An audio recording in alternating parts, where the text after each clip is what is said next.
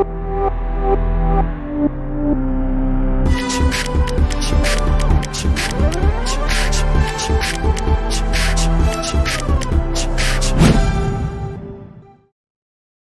दोस्तों, तो हम ऑक्सीडाइजिंग और रिड्यूसिंग एजेंट एक बार के लिए देख लेते हैं।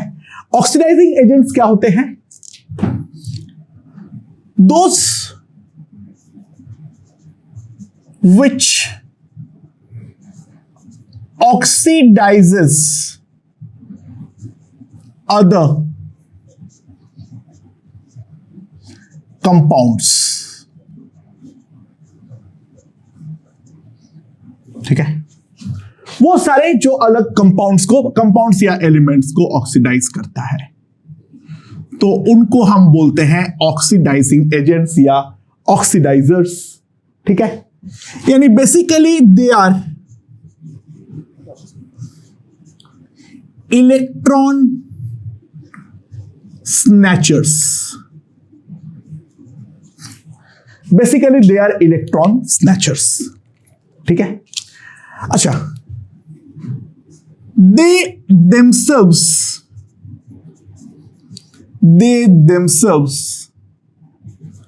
get reduced। ऑब्वियसली बात है, किसी और से अगर स्नैच करेगा तो खुद जो है वो हमारा डेफिनेटली रिड्यूस होने वाला है।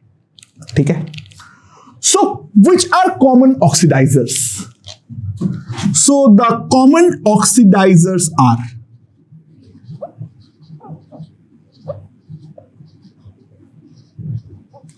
क्या क्या? Number 1, molecules made up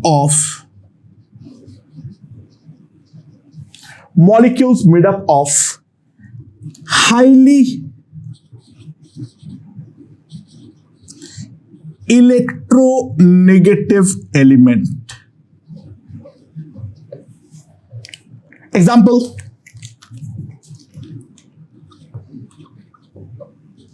O3, O2, H2 यानी हैलोजेंस।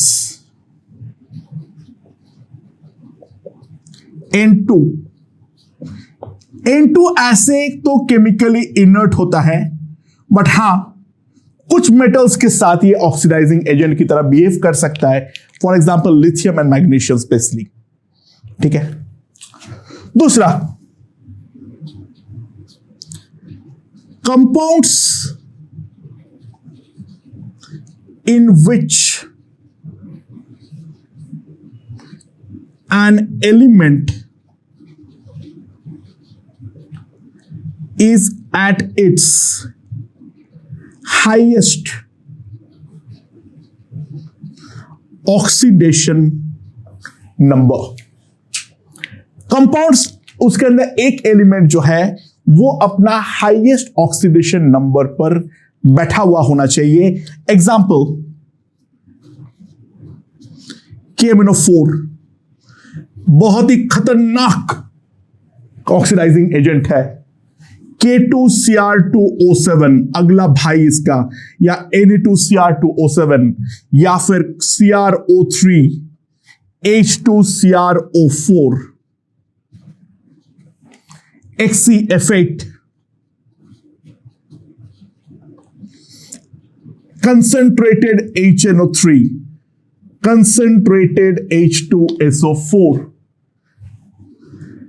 FeCl3, HgCl2, ब्ला ब्ला ब्ला ब्ला ब्ला, ये सारे हमारे ऑक्सीडाइजिंग एजेंट्स हैं। कोई एक एलिमेंट अपना हाईएस्ट पे बैठा हुआ है, Mn+7 पे है, क्रोमियम +6 पे है, नाइट्रोजन +5 पे है, जेनॉन +8 पे है, सल्फर +6 पे है, Fe+3 पे है, Hg+2 पे है। तीसरा, ऑक्साइड्स ऑफ मेटल्स। ठीक है, example, MgO, CuO, CO2, P2O5, so on and so forth. ध्यान देना, fluorine is the strongest oxidising agent.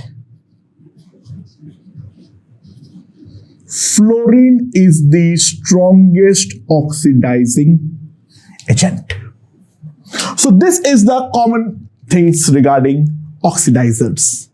Now what about reducers or reducing agents? Let's see. Okay दोस्तों, दूसरा ध्यान देते हैं, वो क्या है? Reducing agents. Now what are reducing agents or reducers? Let's see.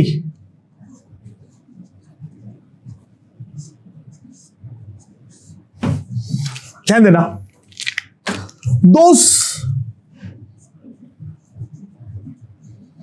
which reduces other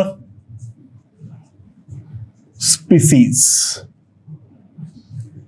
जो दूसरे स्पीसीज को रिड्यूस करता है, they are electron providers. अच्छा, दूसरों को वो इलेक्ट्रॉन प्रोवाइड करता है तो ऑब्वियस सी बात है, खुद इलेक्ट्रॉन लूज कर रहा है तो they themselves get oxidized.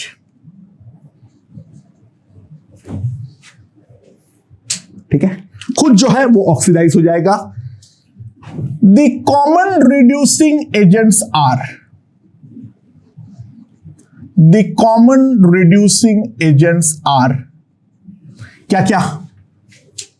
Number one, all metals. पहले all metals,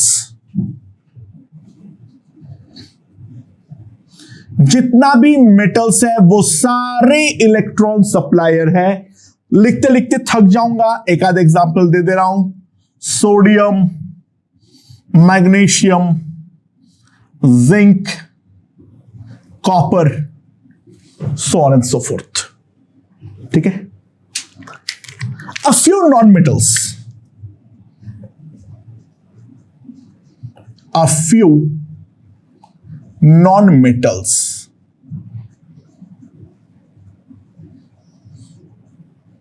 carbon, hydrogen, to name the few.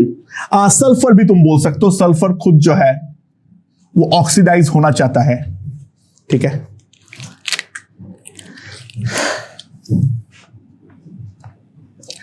Compounds where elements are in lowest oxidation state. Lowest बोल रहा हूं, लोअर. यहां पे अस इक दोनों पॉसिबल है. वहां पे लोअर वाला अगर हो वो हमारा रिड्यूसिंग एजेंट की तरह बिहेव कर सकता है. अगर अस इक फेरस फेरिक, तो फेरिक वाला जो है वो ऑक्सीडाइजिंग एजेंट होगा. जो फेरिक वाला होगा, फेरस वाला होगा, वो हमारा रिड्यूसिंग एजेंट की तरह बिहेव कर सकता है. Classic example FeCl2. ठीक है. SnCl2. ठीक है. Ag2Cl2, Cu2O, so on and so forth. और कौन स्ट्रॉन्ग रिड्यूसिंग एजेंट है? Metallic hydrides. सारे मेटालिक हाइड्राइड्स भयंकर खतरनाक रिड्यूसिंग एजेंट्स है. Example LiAlH4, NaBH4, NaH, so on and so forth. Few organic compounds ठीक है, इसके बारे में अभी बात मत करना। हाँ, कुछ ऑर्गेनिक कंपाउंड्स है जो हमारा रिड्यूसिंग एजेंट्स की तरह बिहेव करता है। ठीक है, एग्जाम्पल एक ही बता रहा हूं अभी, formic acid.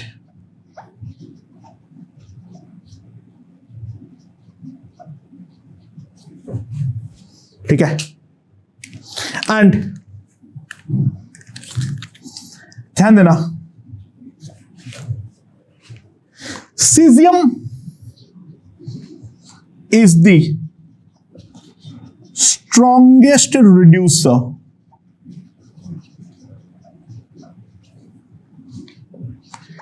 in absence of water। अगर वाटर प्रेजेंट ना हो, ठीक है, अगर वाटर प्रेजेंट ना हो तो सीजियम हमारा स्ट्रॉन्गेस्ट रिड्यूसिंग एजेंट है, और lithium is the strongest reducer in solution। Lithium is the strongest reducer in the solution। ठीक है, अच्छा, क्या ऐसा कोई सब्सटेंस है जो हमारा ऑक्सीडाइजिंग और रिड्यूसिंग दोनों रिएजेंट्स की तरह बिहेव कर सकता है? उसके बारे में देखते हैं, लेट्स सी। ओके दोस्तों, देखो, अगर कोई compound in which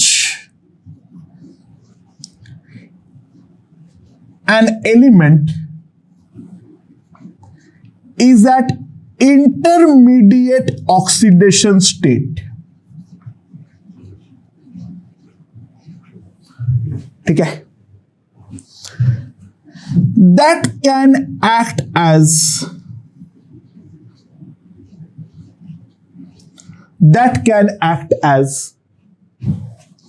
both oxidizer and reducer. वो सारे कंपाउंड जहां पर हमारा इंटरमीडिएट ऑक्सीडेशन स्टेट पे है, वहां पर हमारा वो चीज ऑक्सीडाइजिंग और रिड्यूसिंग दोनों एजेंट की तरह बिहेव कर सकता है। क्लासिक एग्जांपल,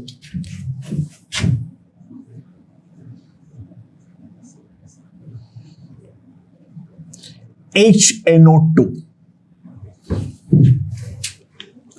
नाइट्रोजन +3 पर है, दिस इज इन बिटवीन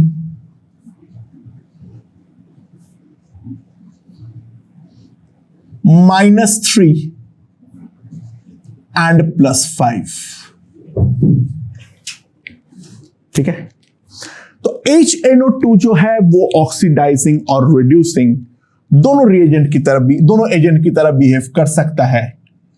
और एक classic example H2O2, oxygen eight -1,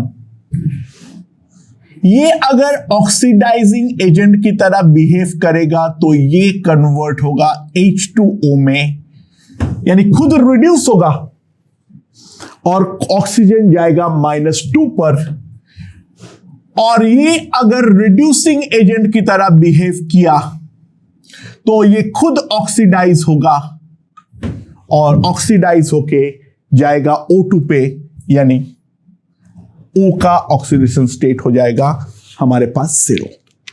ठीक है, या फिर मान लो for example SO2, sulphur at +4, ये खुद ऑक्सीडाइजिंग एजेंट की तरह बिहेव कर सकता है और नॉर्मली वो जाता है सल्फर 0 पे, खुद रिड्यूस होके, और ये रिड्यूसिंग एजेंट की तरह बिहेव करते हुए ये खुद जा सकता है सल्फर +6 पे, यानी SO3 पे। ठीक है, SO3 या H2SO4 दोनों में से किसी एक चीज में जहां पे सल्फर हमारा +6 पे है। ठीक है, तो अगर मैं एक सिंपल इक्वेशन के बारे में सोचूं, SO2 plus O2 gives us SO3। यहां पर सल्फर हमारा +4 पे है, ऑक्सीजन हमारा 0 पे है, यहां पर सल्फर -6 पे है, ये हमारा -2 पे है। तो ये जो प्रोसेस है, दिस इज अ रिडक्शन, और ये जो प्रोसेस है सल्फर का, दिस इज ऑक्सीडेशन।